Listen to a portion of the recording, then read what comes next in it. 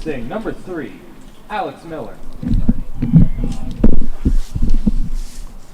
All right, game 2 between Humber Hawks and Seneca Sting are starting, and on the mound for the Hawks is rookie pitcher Tyler Greenwood, who his first pitch is a fastball away, and he throws extremely hard. Yeah, I think he's one of the hardest throwers on the Hawks staff this year. Looks like he's going out there to establish his fastball. And he gets ahead quick here of Alex Miller, who led off in the first game, and he throws a hanging curveball, and Miller's able to turn on it, but it's a routine fly ball to left field, and in left field again is Manley for the Hawks. Great start for Greenwood. He fooled him a little bit. Little pop up to left, and Up to bat, number 22. First outs in the books for him. And up now for the Seneca Sting is number 22, Logan Bruma. He goes hacking first pitch on a fastball inside, and he fouls one straight back into the crowd. I think the person there is from Lansing, Michigan, caught that ball, Brian. And the 0-1 is a fastball down, and that's a ball. You're a pitcher in this broadcast booth, but it looks like his mechanics are sound today. Yeah, he looks like he's throwing pretty good. Here comes a ball, a soft line drive hit to Aaron Harbick-Cohen, who played great defensively game 1. He's back there for game 2, and there's 2 quick outs for Greenwood. And if I take a look at the Hawks lineup, it looks like Cohen has actually moved to the leadoff spot for the Hawks in today's game. Yeah, he had a good first game for the Hawks, so the Humber coaching staff was nice enough to bump him up from 9 all the way back up to the top. So Greenwood gets ahead with the first pitch fastball, and the second pitch is low and away. In the trial camp there, Greenwood was consistently throwing between 85 and 87 miles an hour throughout both of his pens, so he can certainly bring it. Well, he's a big recruit announced by assistant coach Matthew Ferreira in the offseason, and he's going to be a big arm to help Humber, win their first gold medal here. Interesting enough, Greenwood took some balls at shortstop in the preseason. Actually, can go behind the plate. So he's quite the athlete. But here he walks the 3-hitter Dwayne Nichols. So he gives up a first inning walk, and Nichols threw his bat to the wrong side of the of the diamond. Maybe that's an omen of things to come. Maybe shake him up a little bit here. But Greenwood was close. Every pitch was right there, so it's not like he was out of the strike zone very much. So we'll see what he brings here. So he gets ahead of the 4-hitter. Brian, you were at the game Friday night. You saw Cirillo pitch. It seems the Hawk pitchers are getting ahead of batters consistently in the 2 games so far and early this game. Yeah, Pollard dominated through the first 6 innings of game 1, and Cirillo dominated the entire game against George Brown. He finished with 13 strikeouts, giving up 1 unearned run. So he was, so far, both pitchers have been very good in their debut for the Hawks. And Greenwood on an 0-2 pitch just throws one outside for a ball. Looked pretty good there. The veteran catcher Kyle, he was framing it, hoping to get that call to end the inning. Yeah, I don't think any Seneca Sting are going to be trying any stolen bases today with Kyle behind the plate. And there's a 1-2 fastball high. It is. It's drifting foul, and Keegan runs out of real estate and goes out of play. So it's still a 1-2 count with 2 on, and Nickel on first base for Seneca. Traditionally, looking at the Seneca lineup, it is the middle of the order that does the damage. So Greenwood, nice pitch, get out of this inning, and then the Hawks can go to work. So Greenwood looks in for the sign, 1-2. Not much of a lead by the. Oh, he's going. Oh, now he's going. Cowers just got not it. even. Oh. Runner's called safe. 4 or 5 of the Hawk players were running off the diamond. Must have snuck around the tag, Brian. He didn't have much of a lead. I was surprised he was able to take off at that point. It doesn't matter anyways because it comes back to strike him out, and then that's the end. And the Sting get 1 runner on a walk, and he steals second, but it doesn't matter. And that's 3 outs. Yeah, Green was electric. I mean, I want him to get out there again. I want to see him pitch another inning. But Yeah, he's throwing really hard. let's see what the Hawks can, how the Hawks can answer. See if they can come back early.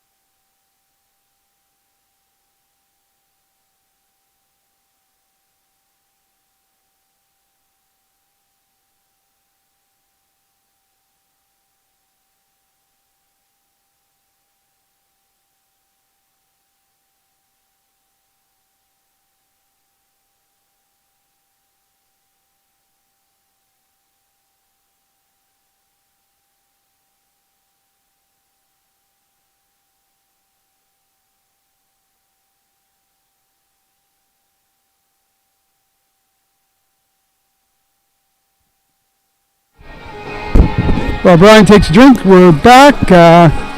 Just for those people who weren't able to join us in the first game, just an update. Rory Pollard, freshman starting pitch for the Hawks, was selected as the Humber Hawk player of the game in the Hawks 9-3 victory. He went 6 innings. He gave up, was a single earned run? Yeah, 1 earned run. 1 earned run over 6 innings. And was certainly, with that curveball he was throwing, had the Seneca Sting on edge the entire match. So pitching for the Sting right now is Will Van Allen. He's a freshman out of Kingston. He's making his OCAA debut, and he's going to face Aaron Arbit Cohen, the shortstop, who's played very well so far on defense. And Van Allen gets ahead of Cohen with a first pitch fastball, and it's a strike. He throws a curveball, one hops the second baseman.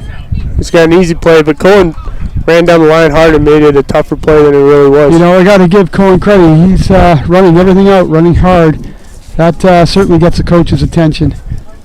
Hitting second for the Hawks is the left fielder Brandon Manley, who went 3 for 4 in Game 1 and drove the ball over the left fielder's head for a double. That's what I was going to say. 3 for 4, yes, but with the exception of the little Ducks note that dropped in the right field there, he hit the ball hard every time.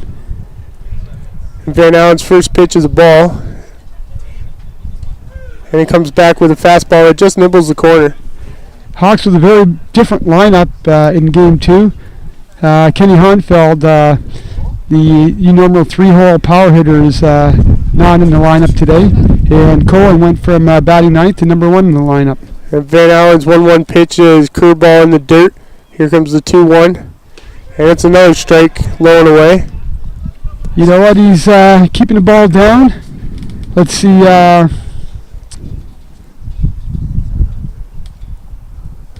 Here's the 3-1.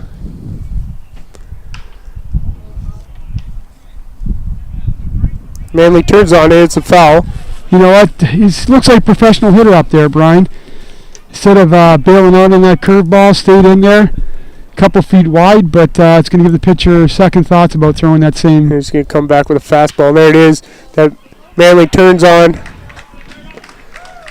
Did I call that, Brian? Sends it right through the box. That's a professional hitter there. He He fouls off a real tough pitch and comes back and sticks his nose in there and drives one up the middle. Well, Van Allen threw him 3 fastballs low and away, and I think Manley was expecting that after he was able to turn on that curveball. So he was smart and sent that ball right back through the box up the middle for a single. Seneca, catcher, took the Hawks out of the running game last inning. Let's see what they do today. So Keegan Murphy hitting third. First pitch grounds to shortstop. They try to turn 2, but the second baseman drops it on a transfer. So they're going to get the lead runner there, and there's going to be 2 outs now. Keegan's going to be on first base. You listen to the crowd there on that transfer at second base. There's a lot of oohs and ahs, but absolutely it wasn't a transfer. Umpire made the good call at second base. He just reached into his glove, and there was no ball there. Koss had a line drive single in a big part of the that 3-run inning in the first game. Let's see if he can push the runners to first and third here. Yeah, he was hitting the ball well, so he moved up from the 5 spot to the 4 with a righty on the mound this time. So with 2 outs, Costa, first pitch is a ball in the dirt. For those who are joining us, Costa joined the Hawks 3 years ago as a starting pitcher. He gets a fastball down the middle. He just gets underneath. That's a big league fly ball, but it's a routine catch for the center fielder, and the Hawks go down quietly. So they leave 1 on, and after 1, there's score 0-0.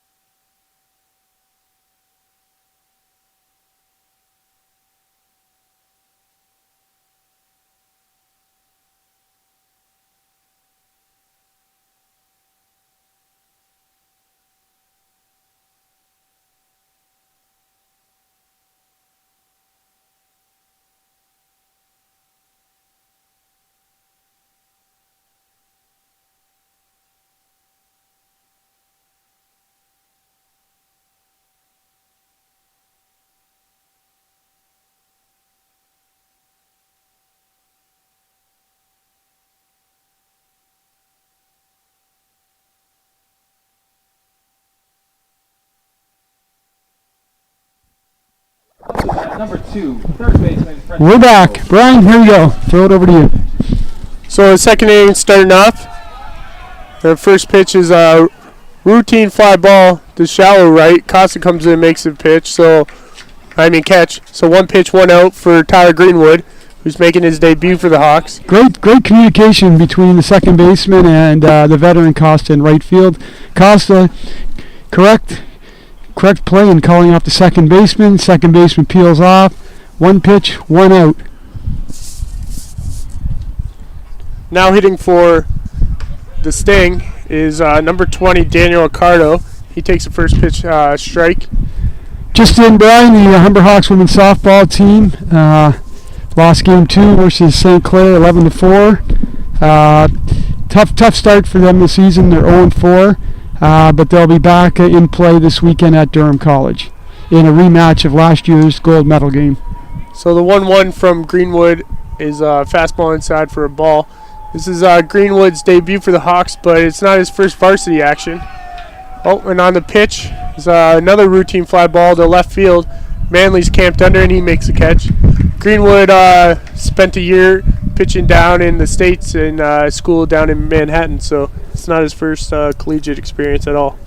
He's composed. He hasn't, I'm not sure if he struck anybody out, but everything he's hit has just been little weak pop-ups to the infield or just on the outfield grass, so he's in control. So 4 pitches in, 2 outs, and swinging on the first pitch. Shortstop, Colin can't handle it. I think it could have. That probably would have been a base hit, anyways. I'm calling it a base hit, Brian. He had to go far to his right, slowly hit ground ball. Third baseman Murphy took a shot at it, but the big hop bounced over his head. So let's credit the Sting player with a single on this one. Yeah, Josh Kelly, left-hand batter, got out of there pretty quick. So now hitting is Ward Ben, who didn't play game one, and he goes after the first pitch, but he lines out to right fielder Brandon Costa, who's in perfect position to make the play. Yeah, what's interesting, Vaughn, he went one step back and then took that one step back in and made the play. Just while we got people here, just keep in mind, Humber hosts the OCAA Men's Baseball Championships here at Connerville Park on October 21st and 22nd. Free admission. Come out and cheer on your Humber Hawks.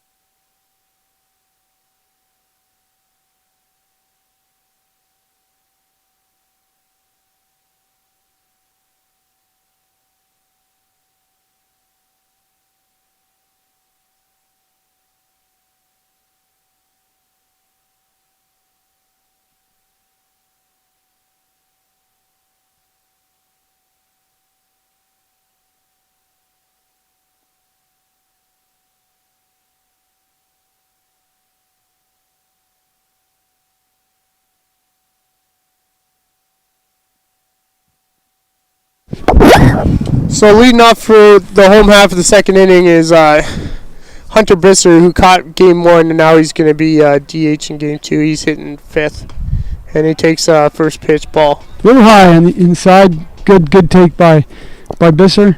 Would have tied him up if he would have taken a swing at it. He gets a fastball inside. He turns on. Let's Third see if this baseman guy- can't come up clean, and he throws it away. Oh, But Bisser's going to stay at first base. you know what? That was a base runner's play right there. Bisser crosses first base. The ball goes past the first baseman. Instead of making the big turn, he took a look. Because once he commits to second base, he's in play. So very smart base running. You gotta have to wait on the official score for that. I'm thinking it's an error. Yeah, we're taking a look. It looks like an error on the third baseman there. Bisser kind of falls in line with the tradition with those catchers. He's not the fleetest of foot, but certainly got down the line after the third baseman bobbled the ball and forced him into a long throw. And now up for the Hawks is Brandon Lyons, who takes a 1-1 pitch, and it's in the dirt. Bisser takes second base on the wild pitch, and he's in there. He's safe. So Lyons has a 2-1 count now with a runner in scoring position. Let's see if the Hawks can take advantage of that wild pitch. You know, you got a lot of freshmen on this Hawks team, but a lot of baseball sense. Secondary lead, little bloop out in front of the catcher, and took advantage of it. Ooh. And Lyons takes him to the opposite field. Right fielder catches the ball at his knees. Beiser's going to tag up from second base, and reach third standing up. So that's great baseball there. That's smart baseball, going the opposite way. That's what you want to do there. You want to do what it takes to get that runner over to third base with nobody out. Lyons is struggling the first inning. You know what? He went up there and did his job. He went up there with the idea he's going to give himself up to move the runner around. But you got to like Bisser's smarts at second base there. Once he saw the ball was going to be caught, got back to second base to slide into third, one out, and in scoring position. Now up is the Hawks' veteran catcher, Blake Cowler. Cowler played with in Guelph with the Inter-County League this year. He actually got a lot of innings, a lot of at-bats, so he's coming in ready to play. And the 1-0 pitch looks like a high curveball that Cowler just misses. He looks like he tried to take that ball for a ride. Cowler's probably known for being the best glove man from the catcher position in the league. needs to contribute a little bit with the bat, and he's fell behind early. That looked like a fastball low and inside that he swung over top of. So now with a 1-2 count, Van Allen throws a curveball, hangs it. It's in no man's land. Center fielder comes in and makes a great play, and good throw home. And that's going to keep Beiser at third base. So now there's 2 outs. So the Hawks weren't able to drive him in there. Who we got coming up here, Brian? So now hitting is Liam Sutherland. He's a rookie for the Hawks as well. He's one of those big recruits that Mac brought in at the beginning of the year. And he came in as a defensive replacement in Friday night's game. So he's getting his first official OCAA at bat right now. Let's see if he can get a hit and an RBI. And first pitch is inside, just misses him. He's got that elbow protector on and pretty close to grazing it. Let's see if he hangs in there at pitch 2. Van Allen comes back with a fastball inside and gets the strike. Now it's a 1-1 count.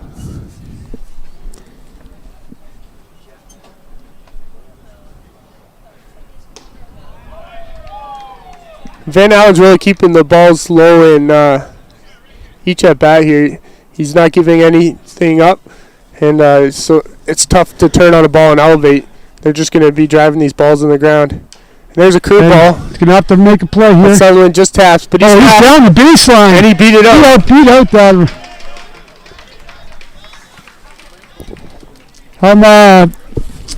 As much as the Hawks have been playing smart baseball, I'm a little confused at what happened to third base there.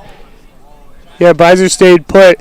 I don't think he thought the pitcher was going to make that throw. Yeah. And then once he let go, he wasn't ready to go home. So. But outstanding speed by Sutherland. Yeah, got an infield single. A great play.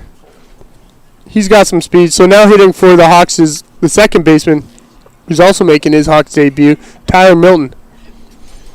He comes to us from Bolton, Ontario. Oh, Milton takes it right in the back of the numbers. You can check out that Humber. Little guy's dotted the M on that Humber. Just under the helmet. He's good. Baseball players are a resilient bunch, Brian. I don't think I've ever seen a ball player get hit and show any pain. Well, you can't because your teammates will make fun of you. Good call. So now with the bases loaded is the leadoff hitter, Aaron Arbit Cohen. Let's see if he can make the Sting pay for that. First pitch is from Van Allen is away for ball 1. One thing about Cohen, he's not swinging any bad pitches. First game, he didn't get a knock. He did not swing any bad pitches. Ooh. Looks like that ball was low, but Dump calls it a strike, and now it's a 1-1 count. Bases loaded here. 2 outs in the bottom of the second inning. You really like the beginning of the second inning of the first game when the Hawks loaded the bases with 2 out. They were unable to score there, but let's see if Cohen can come through. He gets a nice pitch there. He just missed it. Grounds up to the shortstop, who throws it to second base, gets Milton there, and that's going to end the inning. The Hawks are going to leave 3 men on. So at the end of 2, 0-0. Hold on, we got a quick update. The Boston Red Sox have taken a 10-8 lead over the Toronto Blue Jays, and that's in the 7th inning down at Rogers Center.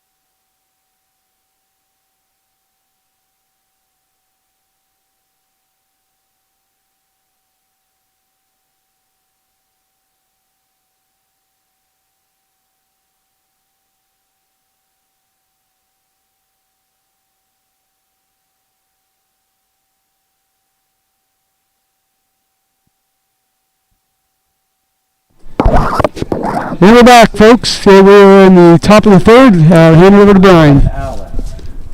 So Tyler Greenwood returns to the mound.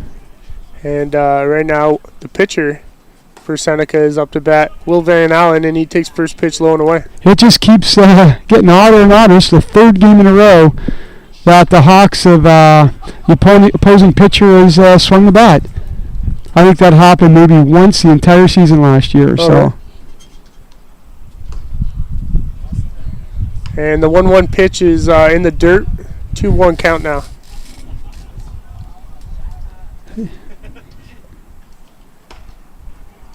Throwing hard, little opening up a little bit there, Brian. And he's a little erratic here in the top of the third, so he's got a 3-1 count. He's falling behind. Looked like he tried to overthrow that 2-1 pitch. And that one's in the dirt for ball 4. That's his second walk of the game. Still hasn't given up a hit, but that's his second walk so far. The tough of smoke that going across there, a little kick there. Not happy with himself. But, Greenwood's been there, and I expect him to come back and go after this batter here. He's a ball player, but now we're back at the top of the lineup. You don't want to walk the 9-hitter to get to the top. That's one of those things in baseball you just don't want to do. It's like giving up a hit. I guess he was a pitcher, but in the DH, Yeah, but in the National League, you don't want to give up a hit to the pitcher.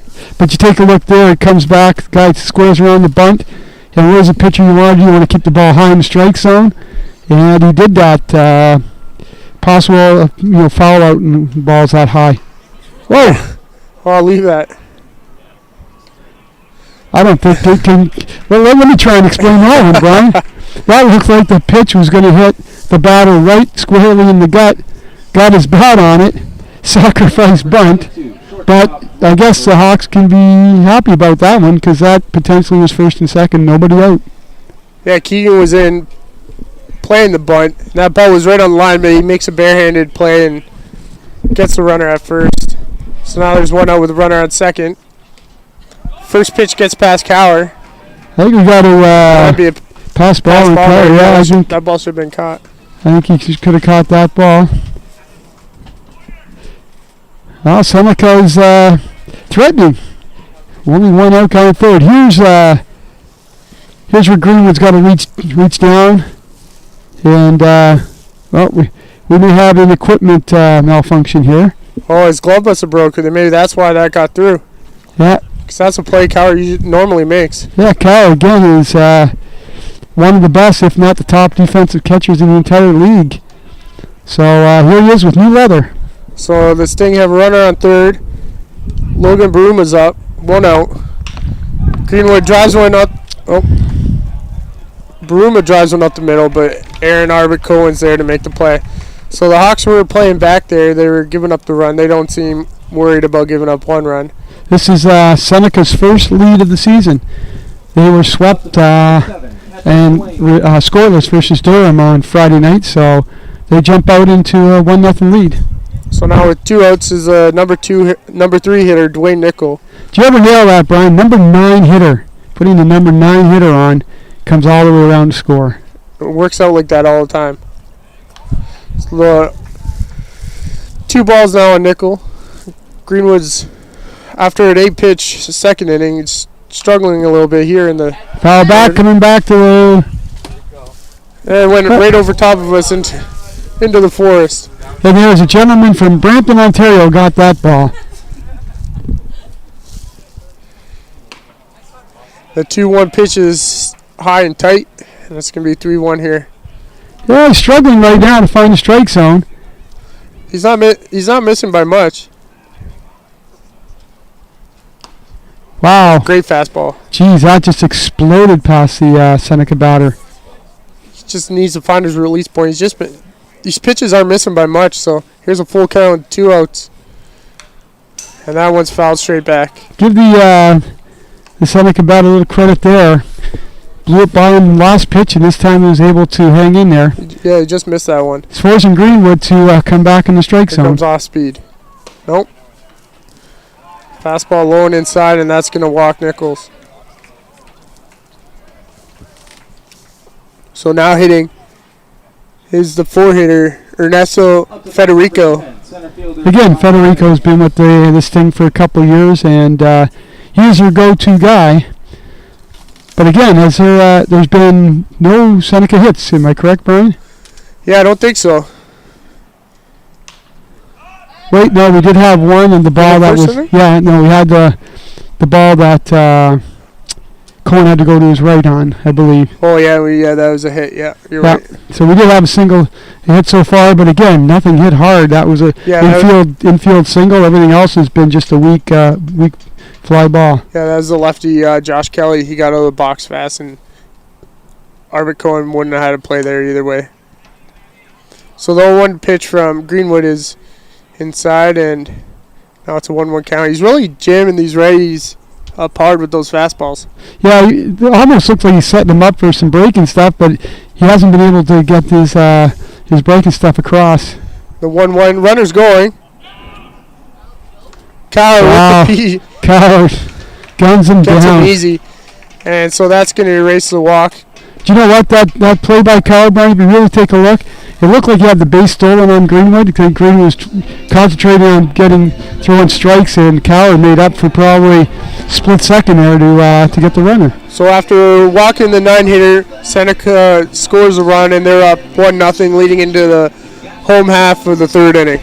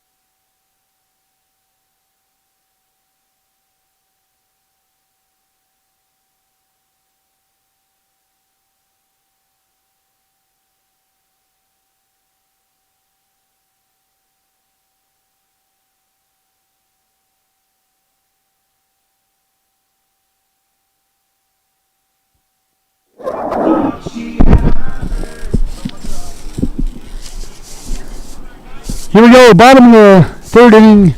Humber Hawks coming to bat, trailing the Seneca Sting 1-0 in Game 2 of the doubleheader here at Connervale Park. OCAA baseball. Hawks took the first game 9-3 to run their record to 1-0 season.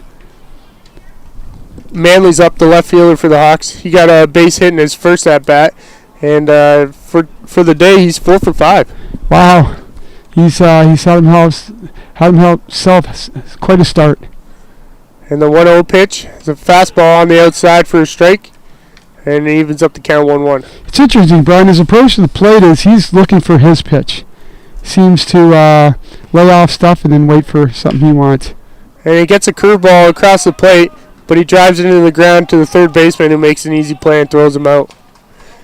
It looks like Manley's looking for a fastball to turn on, but so far Van Allen's thrown him 4 straight fastballs low and away, because in his first at bat he didn't swing at any of those, and then he did when he had 2 strikes and he drove it back up the box. Yeah, Seneca infielders have stepped up their game defensively.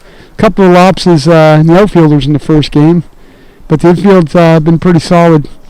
And Keegan Murphy, the third baseman, is up, and first pitch is a fastball for a strike. Van Allen's really pounding the bottom of the zone. He doesn't want to elevate anything because he knows these Hawks will turn on it. And it's interesting. He's getting in front of hitters every bat now. And Keegan gets a curveball, but he gets under it. Keeps going back.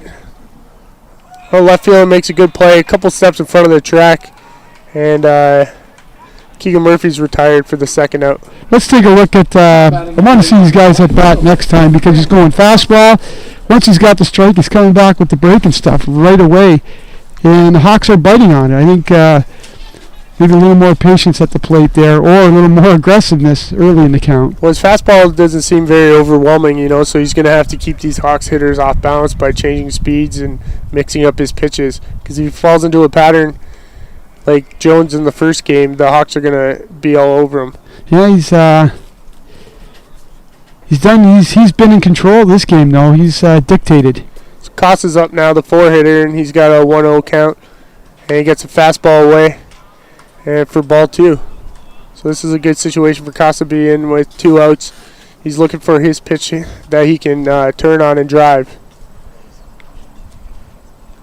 The 2-0 pitch. A curveball in the dirt. And now he's got a 3-0 count.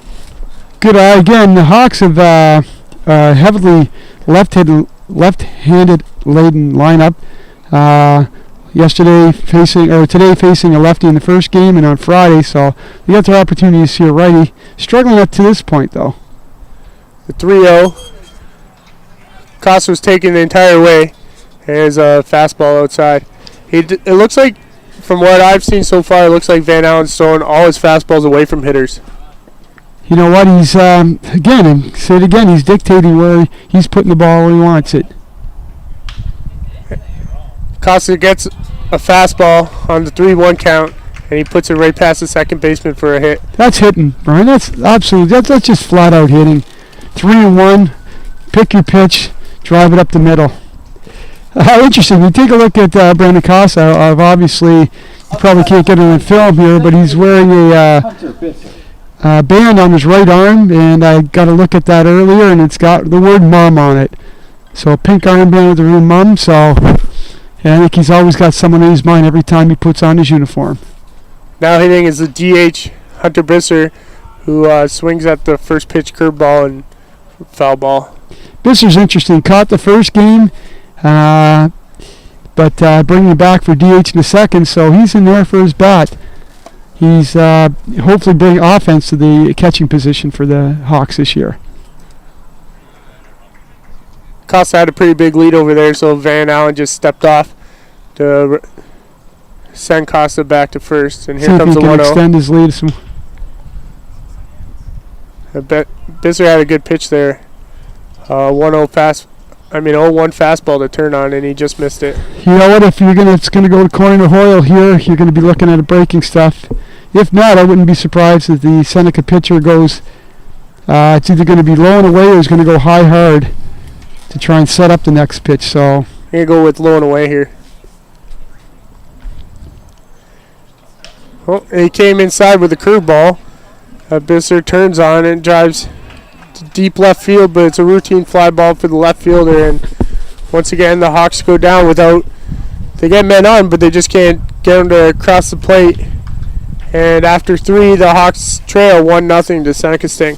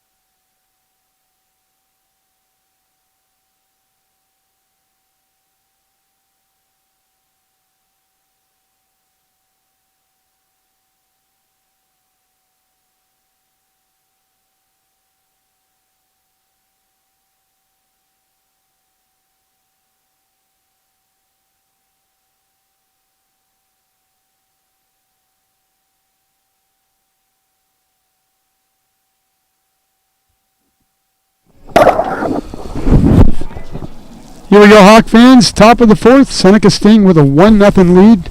Tyler Greenwood still on the bump for the Hawks. Up to bat number 10, center fielder, Ryan Federico. Federico's coming up. He was at the plate when the inning ended last inning, correct, Brian? As Cowher threw out the base runner to end the inning. So Federico makes a return to the to the batter's box. Greenwood gets ahead with first pitch fastball, and the second pitch curveball. Federico drives to right field and for a leadoff single. So once again, Seneca is getting their leadoff guy on. Let's see what Humbert does about it. Doesn't that happen? Guy gets thrown out. Next guy comes out next inning and gets a knock. That would have been a first and third situation last inning. So good for Coward to end the inning. Time for Greenwood to step up and make a difference here. Looks like a double play.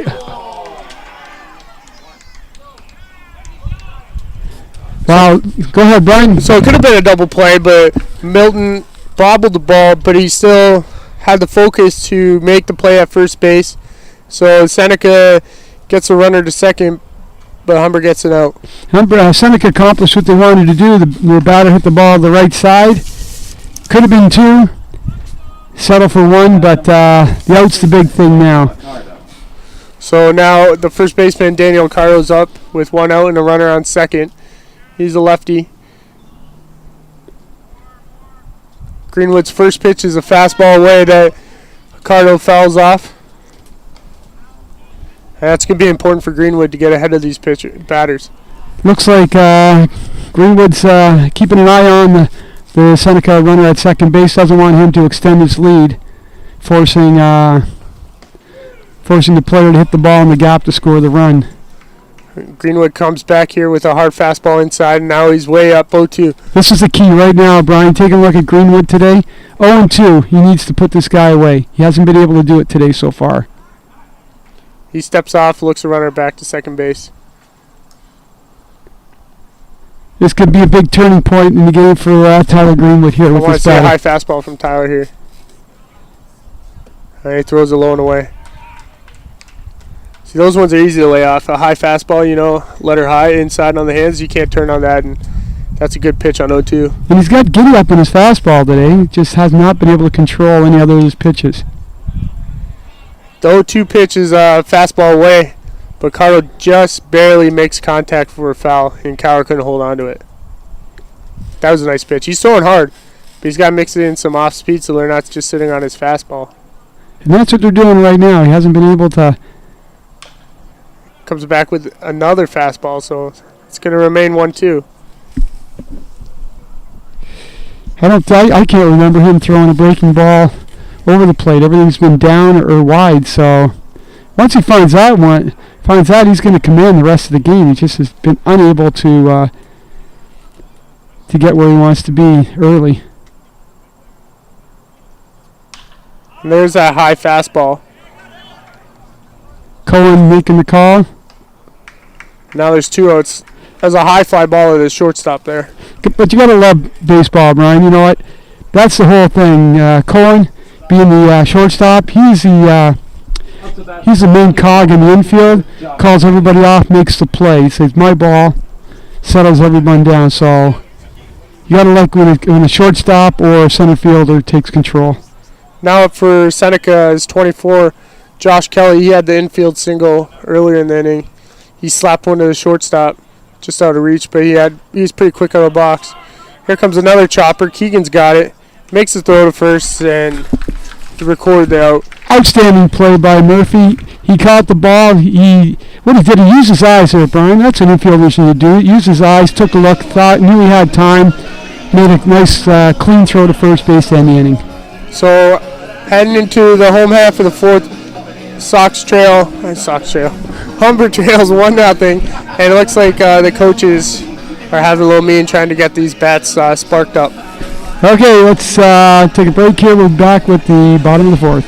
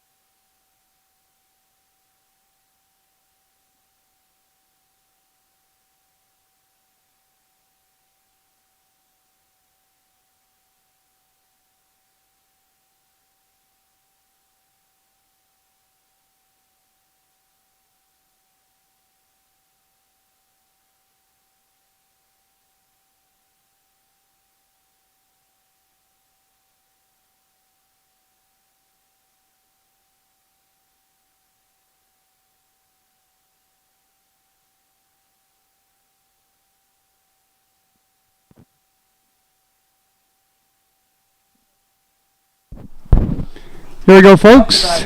Brandon Lyons coming to the plate here. Hawks down 1-0. They go into the bottom of the fourth, unable to really, with the exception of loading the bases with 2 out, have any sustained pressure through this game. Lyons, what looks, it's a knock. Center field, it looked like it was a line drive. He's got 2.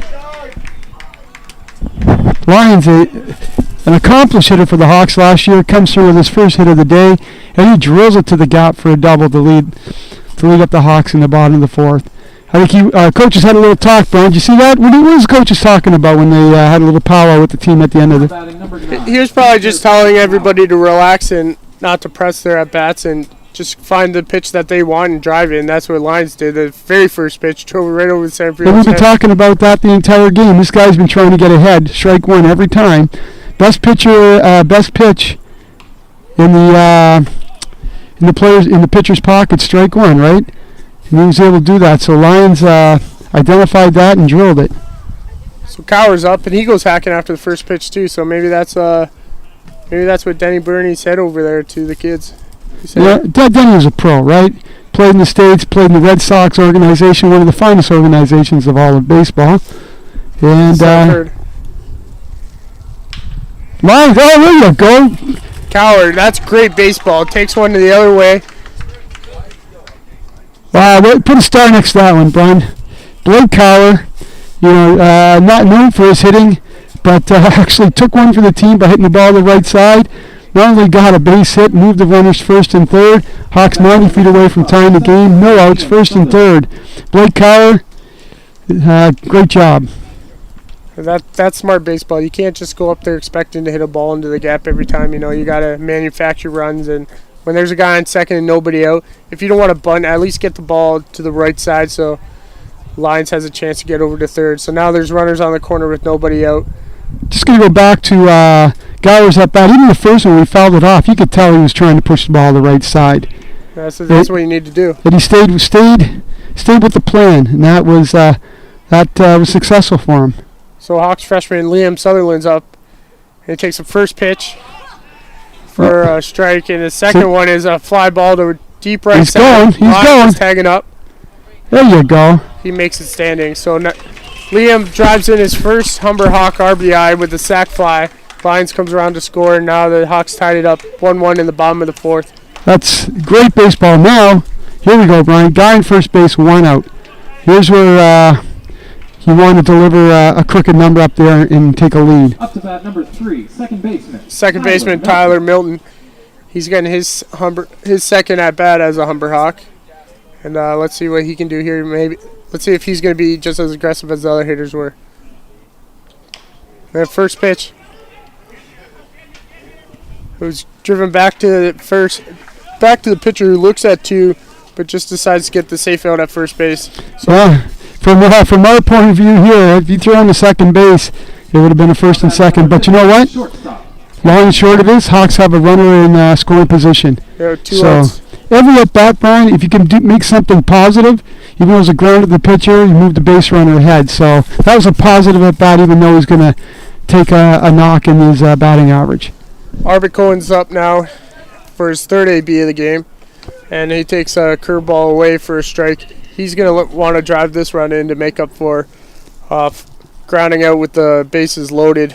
It's a little challenging keeping him tight at second, but there's a big gap between first and second base if you can push that ball through on the ground. And if the pitcher's going to keep throwing him away, look at the gap he has in left center. He gets one just over the shortstop's head. He's going to run for days. He's going to drive in the Cower from second base easy. And with the shortstop holding the guy Cower at second, there's a lot of space there. So Van Allen on the 1-1 comes inside, and it's a 2-1 count.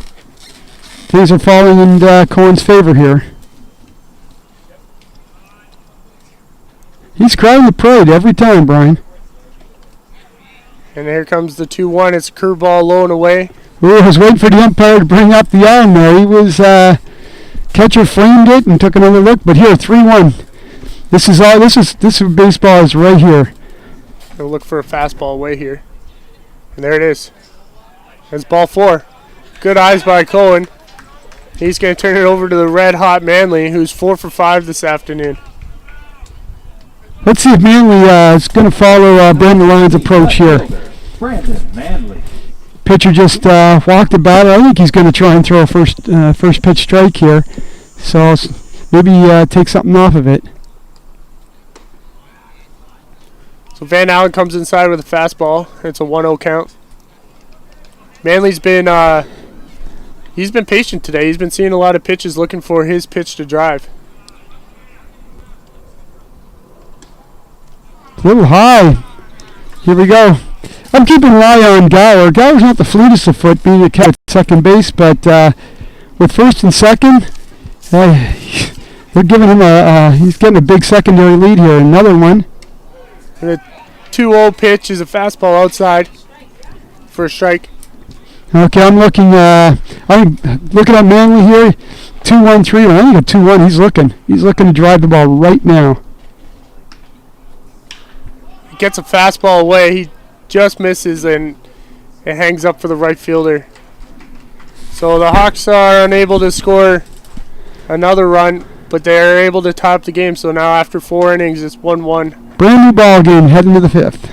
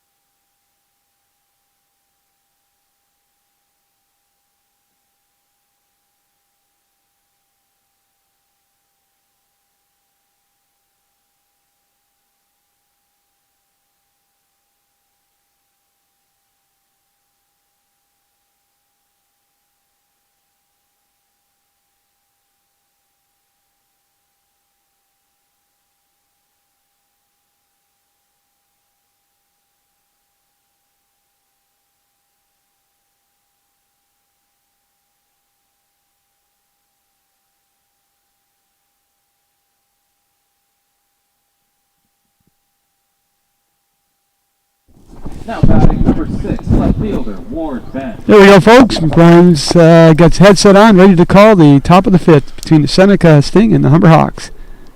So number 8 hitter's up for Seneca. That's Ward Ben. For those joining us here, Humber won the first game 9-3 with Rory Pollard getting his first win as a collegiate pitcher.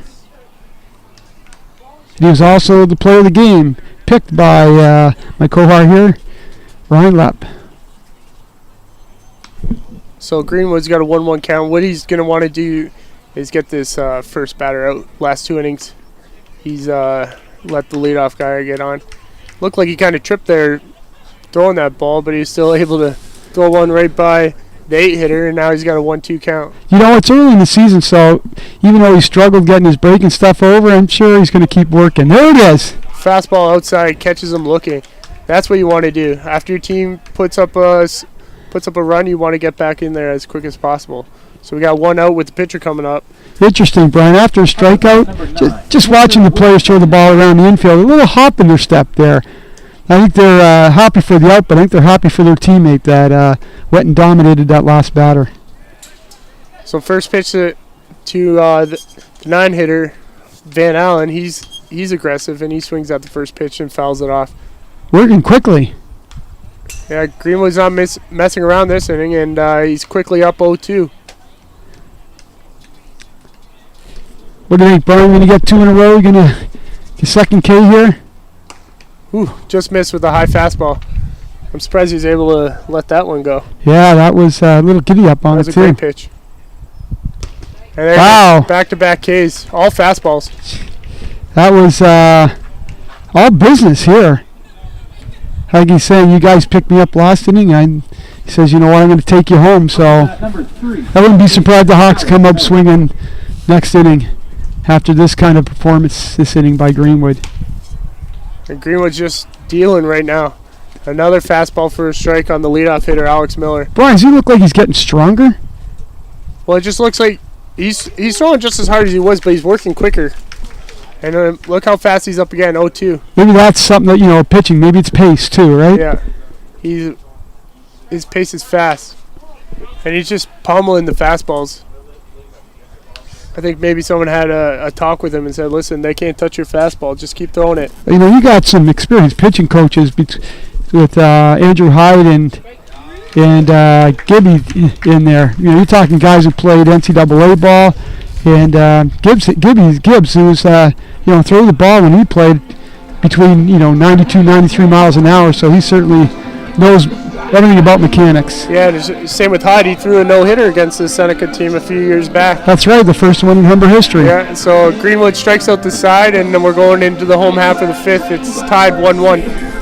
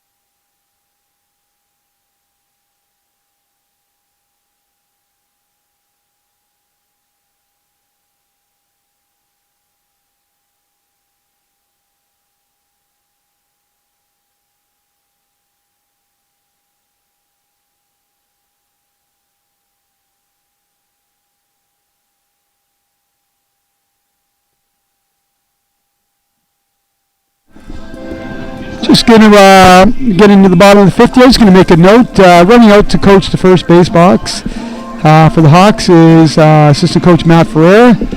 Matt joining us for the second game. For those who are unaware, and especially for those people listening on Humber Lakeshore students, Humber just opened a $10 million fitness facility at the Lakeshore campus, which opens to the public and the students officially tomorrow morning. So Matt being the manager of Lakeshore campus, has certainly been doing due diligence to try and get Humber in the community down in this area. Again, Lakeshore campus is only about 5 minutes from Connervale Park.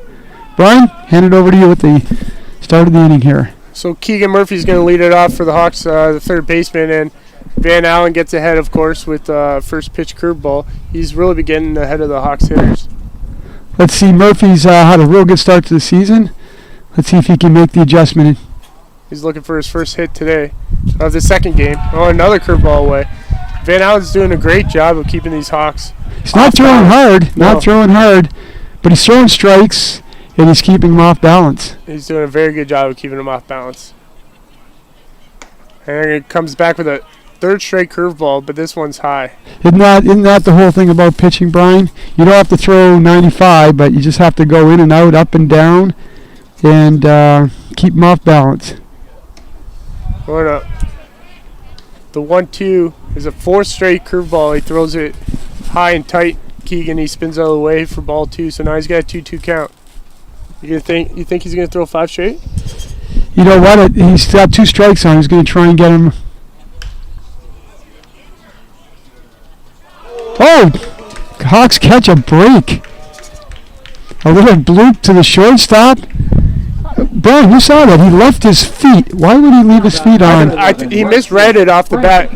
And he probably thought it was hit a little bit harder than it was, and he jumped too early, and then as he was coming down, that's when the ball got there, and he just misplayed it. The Hawks are a beneficiary of an error to lead off the inning. It was just a very odd play on a little bloop to the shortstop, moved to his left his feet, and maybe got those jumbo eyes a little bit and dropped the ball.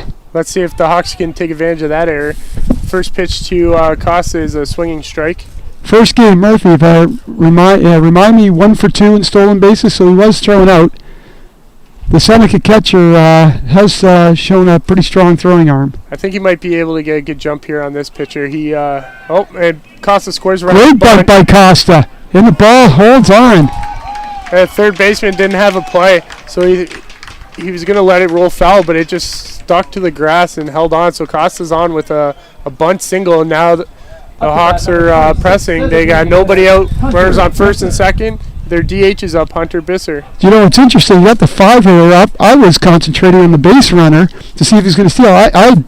It did not even cross my mind that that Costa would be bunting. But again, small ball, tie game, late in the game, right thing to do. But I was concentrating on the base runner. Well, how often did you see the fourth hitter bunt? Bunt the ball, yeah. You know, I think that was. Looks like we got a balk call. Well, there's a balk, and that moves the runners into scoring position. Second and third with nobody out. Yeah, Bisser's up. I'm taking a look at that. I don't think he paused. No. I think you gave a little bit of credit to Costa there. I think he was doing a little bit of dancing around the first base there, taking a big lead. Well, that's two smart plays. I think Costa called the bunt on his own. I don't think that's where you're going to call bunt in this situation, and he saw the third baseman playing way back on him as a lefty, and so he just put one down the line. And that's interesting because the third baseman's been playing shallow the entire game. But again, 4-hitter, you don't expect that. Yeah, you're not sure. These teams are just matching up, so maybe he's not sure about his power. So Bisser goes after the first pitch, and he grounds a foul. Okay, this is same situation happens, Brian. You play ball a long time. They got the infield in. He pushes the ball to the right. They're pretty tight there. He's going to want to even at the infield in. He's going to want to push something to the right side unless he can drive it through the left side. Well, you're looking here for a pitch that you can elevate. You want to hit it over the infield into a gap. In this case scenario, you sac fly. 0-2. He's got to protect the plate here. You don't want to waste an out here. And he gets caught looking on an inside fastball for strike 3. Bisser's had a good day, but you know what, Brent? We're going to call it what it is. That was not a real good at-bat. The infield's still playing in with Brandon Lyons, who in his last at-bat drove a ball over the center fielder's head for a stand-up double. He's going to be aggressive. You can be guaranteed that. Oh, you can take a look at the pitcher right there. He remembers. Pitchers have a memory. He went way outside. He wasn't going to give him that first pitch fastball. No, a changeup. It looked like a changeup in the dirt there. Here comes the 1-0. Fastball. Oh, Lyons took a hack at that one. I tell you what, he came out of his shoes. His head was looking towards the third base coach before he even brought the bat through the zone there. He's got to hang in there a little longer. Here comes the 1-1. Curveball. And Lyons goes fishing. Now he's got a 1-2 count on him. He's way up. Van Allen's pitching well into this jam. You know what? I think you're going to see much more of the same right here. He's either going to go high and in, forcing it on his hands, or he's going to stay away from Lyons. Little infield pop-up. Lyons pops out to the second baseman. Now there's 2 outs. Oh, it looks like we got a pinch hitter. Pinch hitter, yep. Coming in for the catcher, Cower, is the powerful left-handed hitter, Kenneth Honfield. That opens up the door to a question. Is he batting for Cower, did you say? Yeah. It does open up a question because Bisser's in the DH spot. So unless they go to their third catcher, they may be losing the DH in this situation. Mm-hmm. Well, Greenwood, like you said earlier in the beginning of the game, that he played shortstop during tryouts and some exhibition games, so he can hit. So the only thing is that now he will be hitting in the 5-hole. Yep. So Kenny Honfeld in preseason down in the States against Onondaga and Niagara Community College had a couple home runs on that trip. In will be number 12. Oh, you know what? They're going to intentionally walk him, Brian. Wow. That's a smart move. You're talking. Whoa. We've seen this before. Ball in the ball 4 in the strike zone, or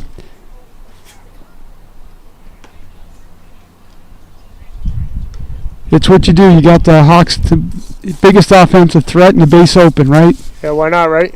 Sutherland's on deck. So you got a rookie coming up, and you just put the vet on. That's a good move by Seneca. You know what? You're going to go back, second and third, nobody out. Strikeout, infield pop-up. Just, they've got to be better. I'm going to be straight up with you, Brian. I don't want to be critical of the Hawk team, but they have to be better in those situations, especially in a tie game. Well, with so Honfield takes intentional walk. Now he's being pinch ran for by number 18, Federico Lucius. So we'll see what happens here. They got speed on the base paths, so the opportunity to get the you put the ball in play, force the Seneca players to make a play. And first pitch from Van Allen's a strike on Liam Sutherland, who drove in his first. He drove in the only run of the game for the Hawks with a sac fly. Let's see if he can tack on here. The 0-1. It's a fastball. Tough play. Chopper. Nope. Little ground ball to third baseman. Steps on third, ends the inning. They're under threat, second and third. Nobody out in a key inning here. That's twice today that the Hawks have left the bases loaded. Yeah, exactly. So after 5, it's still tied 1-1.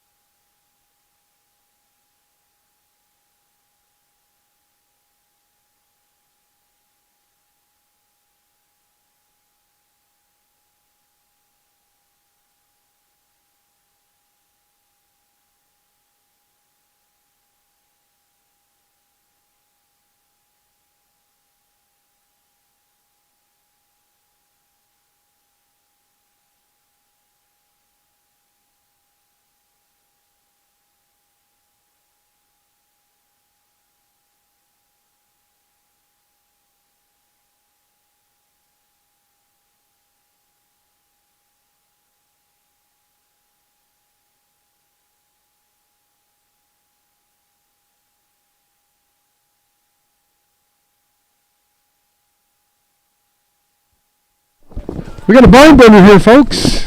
Going to the 6th. Seneca Sting 1, Humber Hawks 1. So after all those changes in the last inning, rookie catcher for the Hawks, Jeff Symes, is coming in as the catcher, and he's going to be taking over for Cowler, who was pinch hit for by Honfield, who the Seneca intentionally walked. There really is another choice there. If you've got someone who can play the position.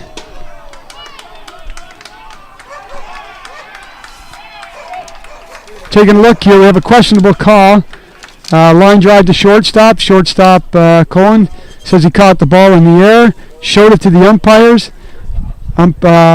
Base umpire, or behind the plate umpire, called him safe. In consultation. And they talked it over, and it did bounce into Arbit Cohen's glove, who came up and said he caught it. But do you know what, Brian? I think he could have thrown him out if he just would have made the throw as opposed to showing the ball. yeah, this is one of those in-betweeners.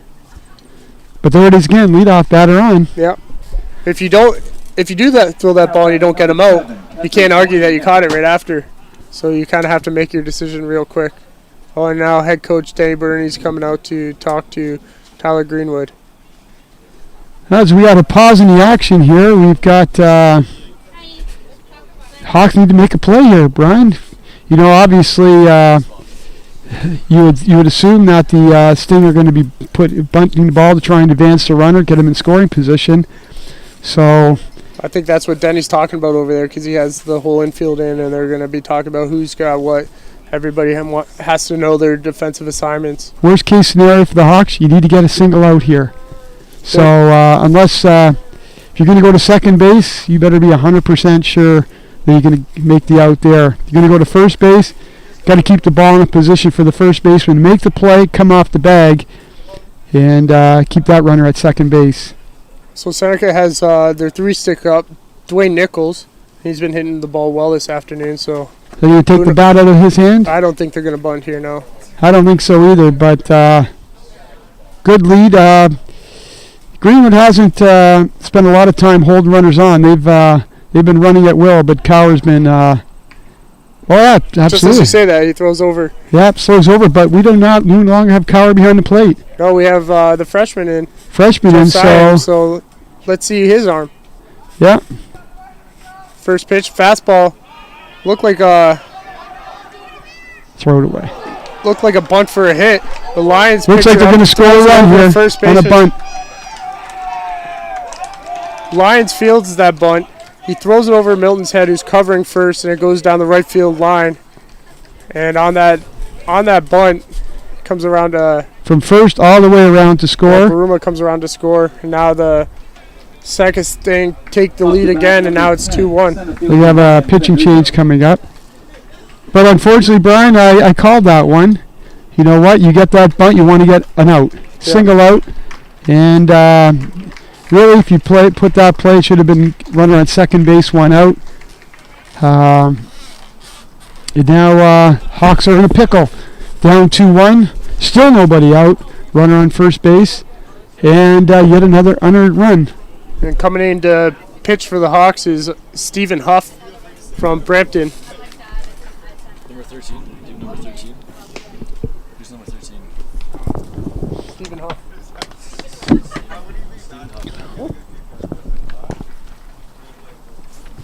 Now pitching for the Hawks, number 13, Stephen Huff. We have a pitching change here for the Hawks. They still have a little work to do here. Down 2-1. Seneca runner on first base, nobody out. And same thing comes into play. Bring it all back. They got number 4 hitter coming up. Number 3 hitter bunted. Was a positive thing for Seneca. Not only did the runner get on, they scored from first base. Did they bunt again? No. With a 4-stick? Well, they did it with number 3. It was pretty positive. It gave them the result they wanted. Well, Lyons is out of the game for the Hawks at first base, and Mitch Wilbur's in there now. Oh, they made a defensive change as well.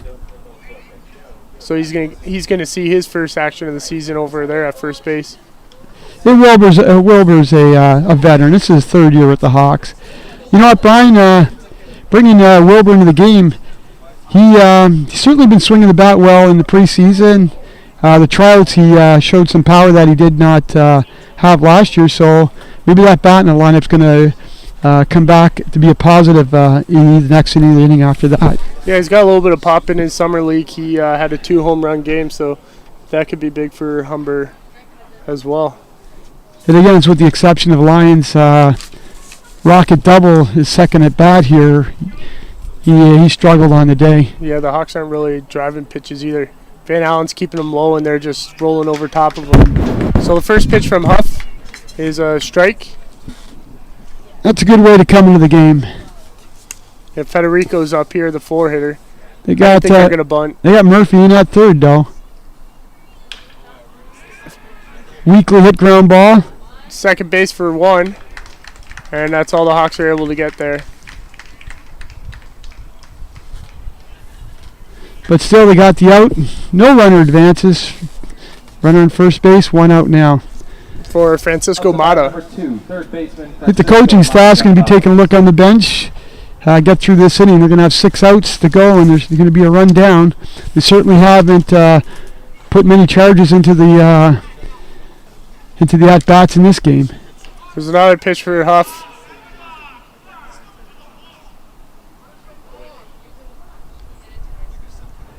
And Mata lays down a bunt, but it goes foul. You know, he was pretty close there to being called out. It looked like he almost left the box there. The umpire had to jump out to take a look. Interesting call with 1 out to bunt. Yeah, I think that's his own decision there as well, just like Costa did earlier in the game. So the 0-1 is in the dirt and blocked, so now it's a 1-1 count. Great play by the new Hawk catcher there to block that pitch. You just don't want to give him a free base, especially this late in the game. Yeah, we're in the top of the 6th now.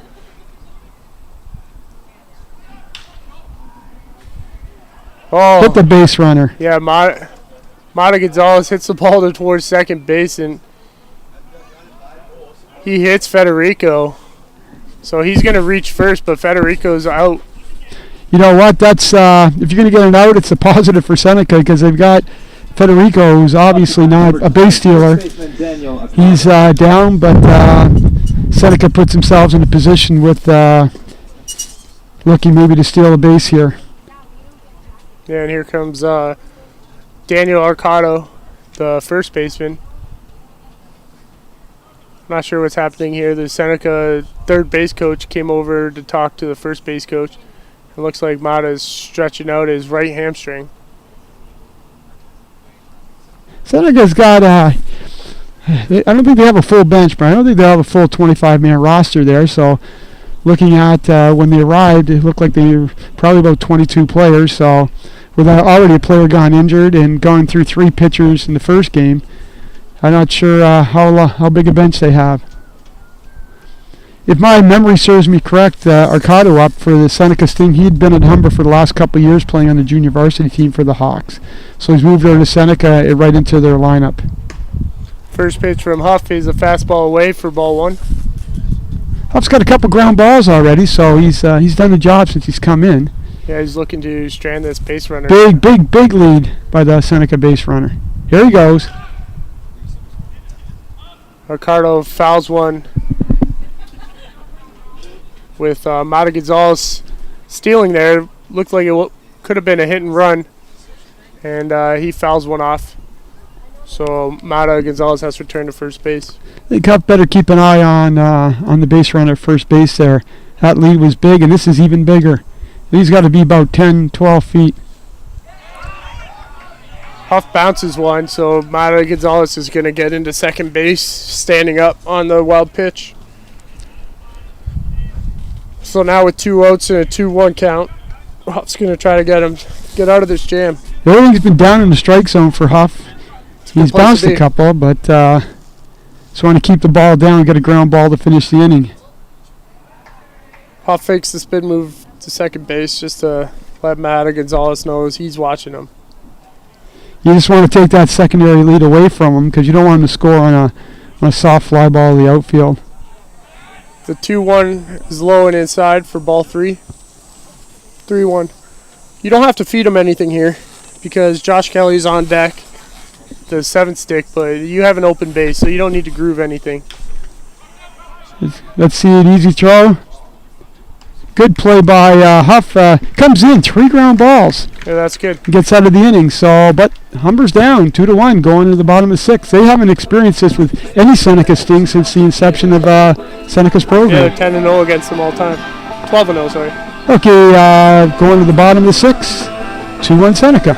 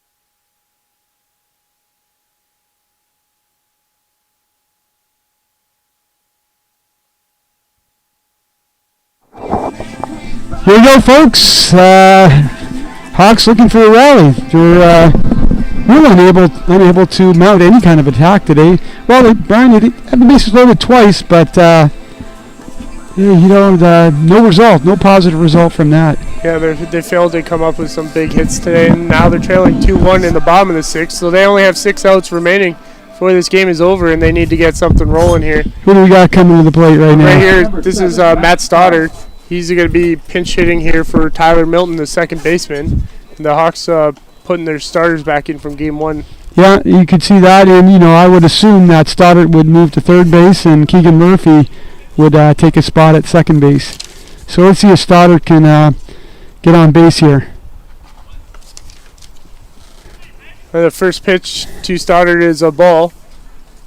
Both the first baseman and the third baseman charging is he's showing bunt here.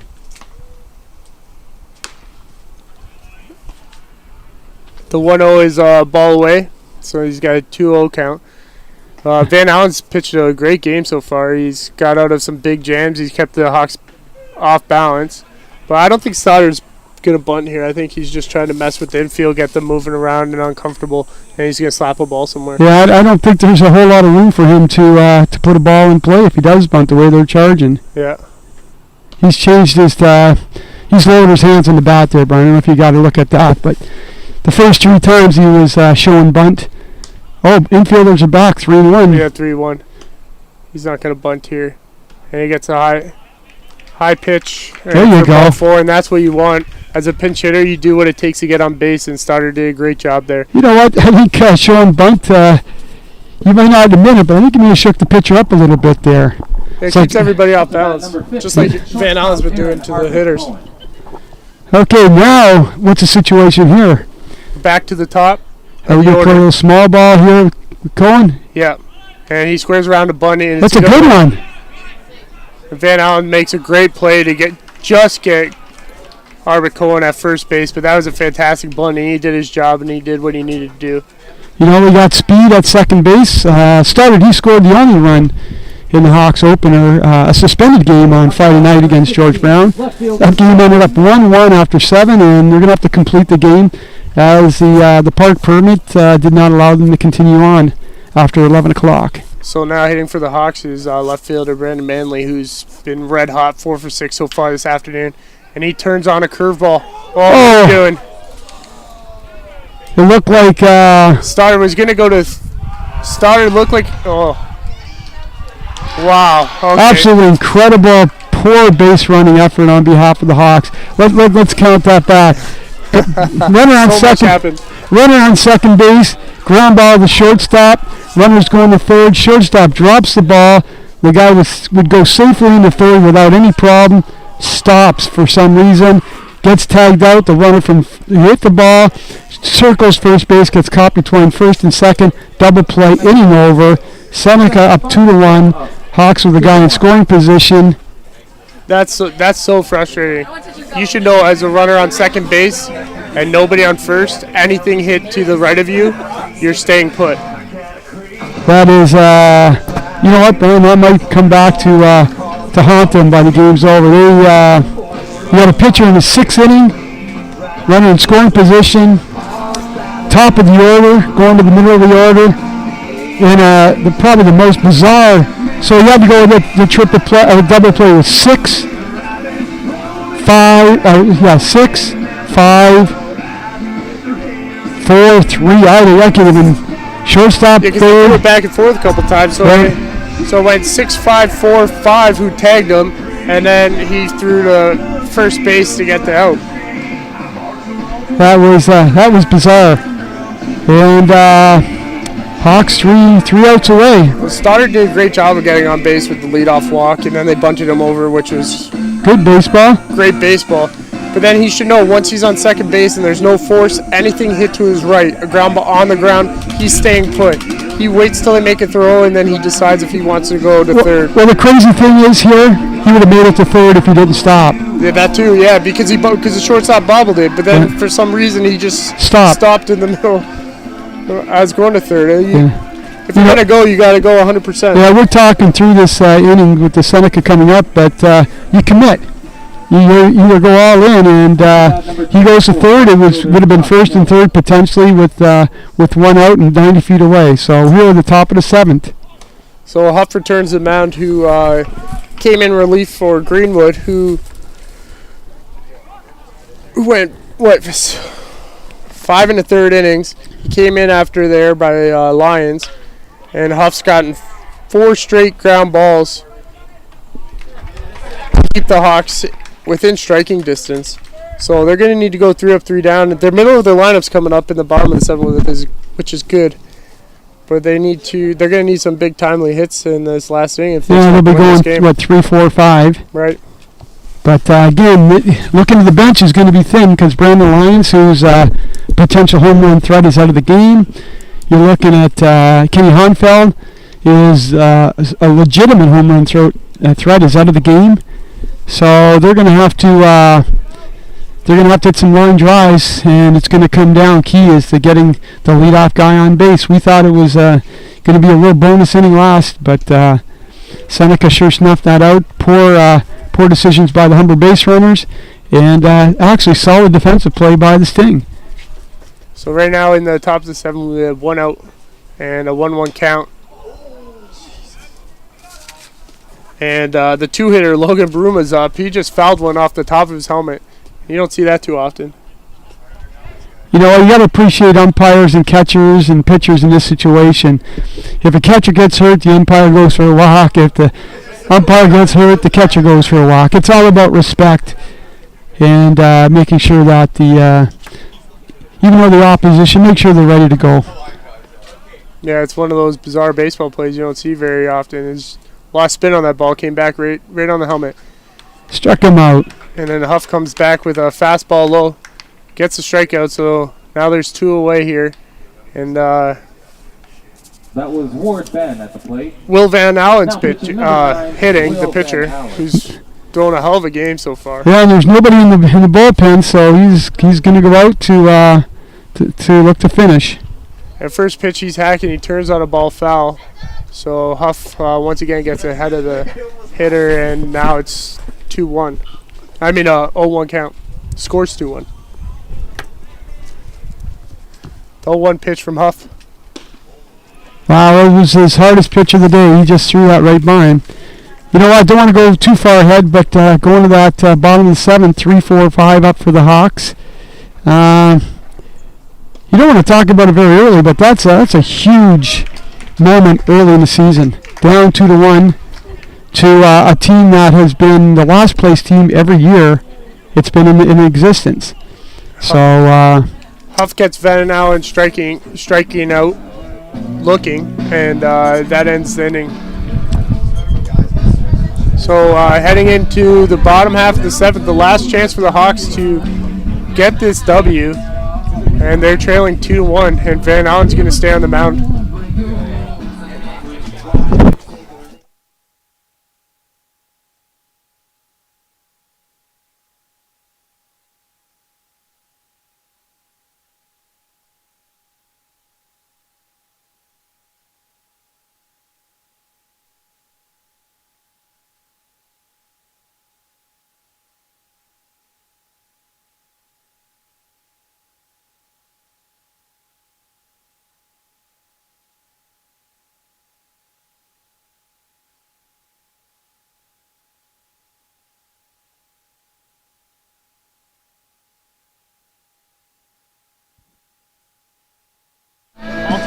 here we go, fans.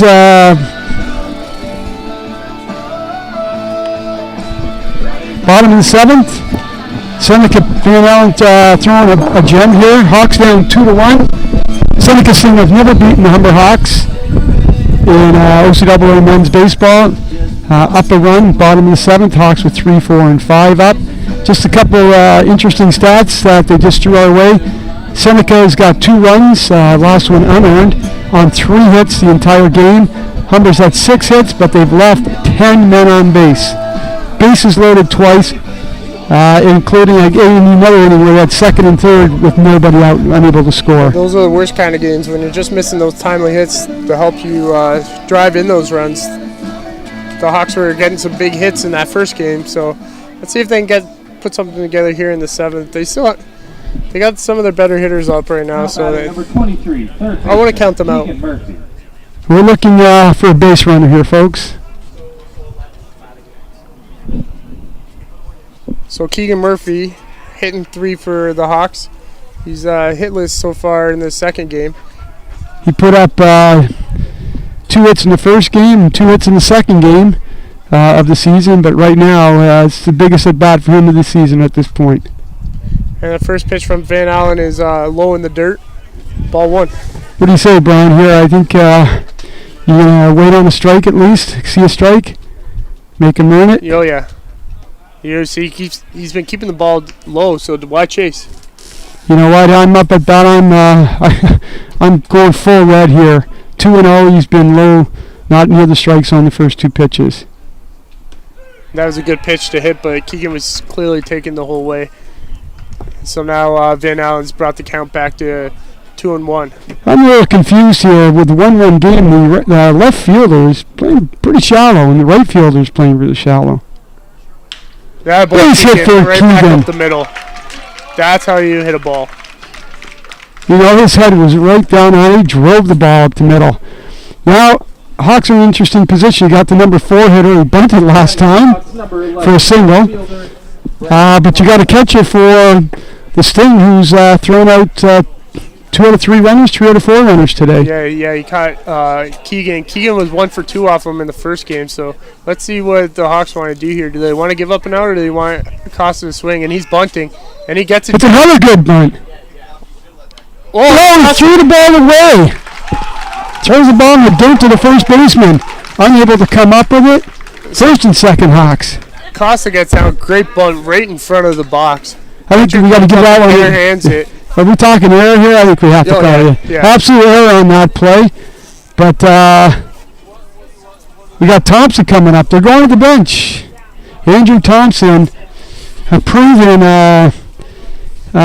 hitter in this league, coming up. Hawks. First and second, nobody out. Bottom of the 7th, down 2-1. This is going to be a big at-bat, and we both know that Andrew's a really good hitter, so let's see what he does here. But this is his first at-bat against Van Allen, so hopefully he's paying attention on that bench, and he's picked up his pattern. We need a positive at-bat here from Thompson here. Even if he gets out, to move those runners, to get somebody in 90 feet away. Thompson hits a shot in the gap. Oh, he caught it. Left fielder makes a dive and play it. Oh my goodness, it was perhaps the play of the game.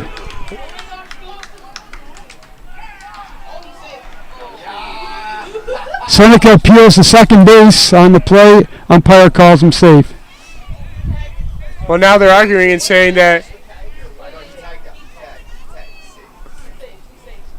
I think they're arguing and saying that he didn't catch the ball in left field, or that he tagged too early. Yeah, I'm looking for the early tag on that, figuring that.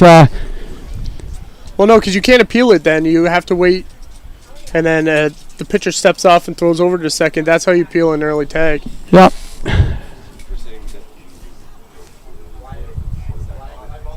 He caught that ball, no? Yeah, absolutely. It was a heck of a play. Left fielder went back. Oh, we're going to get some conversation umpire. This could be first and third, 1 out, or it could be a player on first with 2 outs in the game on the line. Well, they called him out, and if they change it, that'll change the entire outcome of the game. The umpire made the call, called him safe at second base for the proper tag. That was heads up base running by Keegan, because he immediately went back to second base, because if that ball's over the left fielder's head, he's scoring easy, and if he catches it, he's tagging. So that was a great base running by Keegan there. It's everyone's in waiting on this call. The Seneca coach is just steps away from the umpires. He's eavesdropping. They made a call. They've called him out.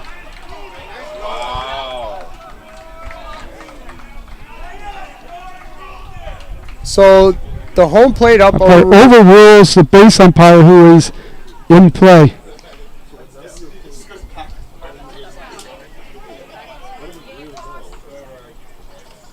This is one of the most bizarre things we've seen. This is something I'm going to go back and watch later.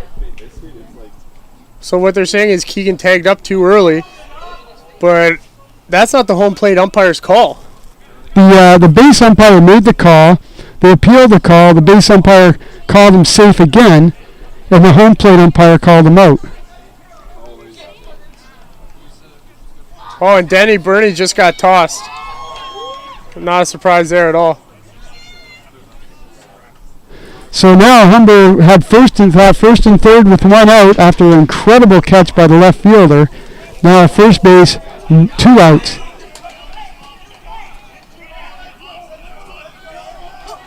Denny's not happy at all. And why should he be? How can you make that call?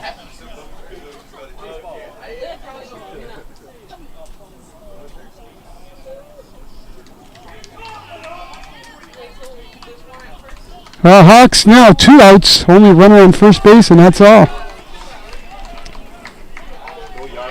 Mitch Wilbur coming to plate for his first at bat of the season. Big at bat. I'm like, wow, I can't believe that just happened. How can the home plate umpire overrule the field umpire in that play? And the field umpire steps away from second base with that call. And the first pitch from Van Allen is low and away for ball 1.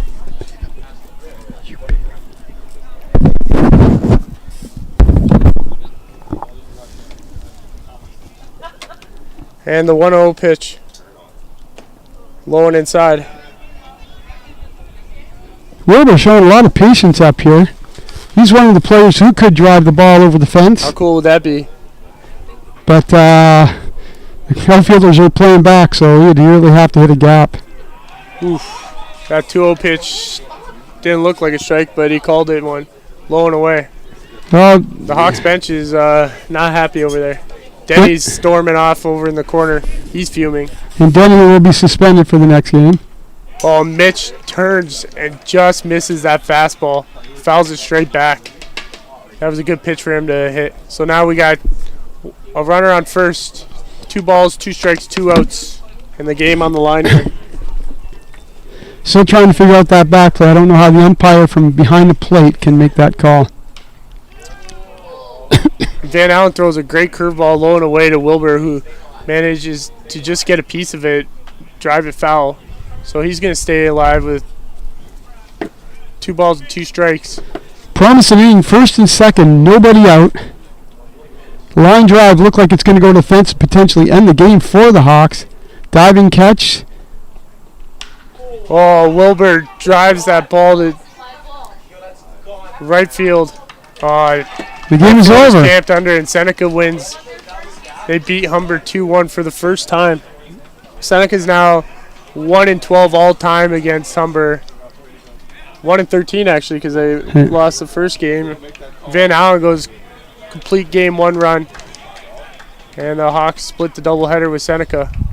Okay, folks, there we go. We will catch up to you on Tuesday for men's and women's soccer. Humber versus George Brown, 4:30 women, 6:30 men.